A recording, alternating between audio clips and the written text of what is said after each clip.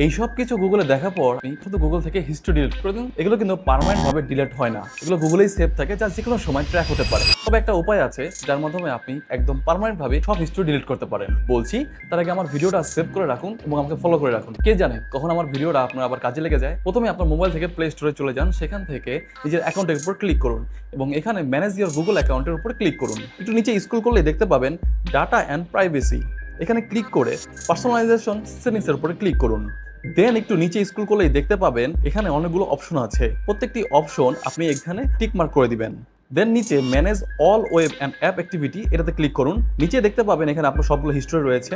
Just আপনি এখানে delete যে অপশন আছে এখানে ক্লিক করবেন। ক্লিক করে অলওয়েজ দিয়ে নেক্সট করবেন। সবগুলো যদি টিকমার্ক না থাকে সবগুলো টিকমার্ক করে দিবেন, নেক্সটে ক্লিক করবেন। দেন হচ্ছে নিচে আবার ডিলেট আছে, সেই ডিলেট দিলে আপনার পুরো হিস্ট্রি যা আছে সব কিছু একদম ডিলেট হয়ে যাবে। সো এখন আমার এই ভিডিওটা আপনার সকল বন্ধুদের সাথে শেয়ার করে দিন যেন তারাও সেফ থাকে।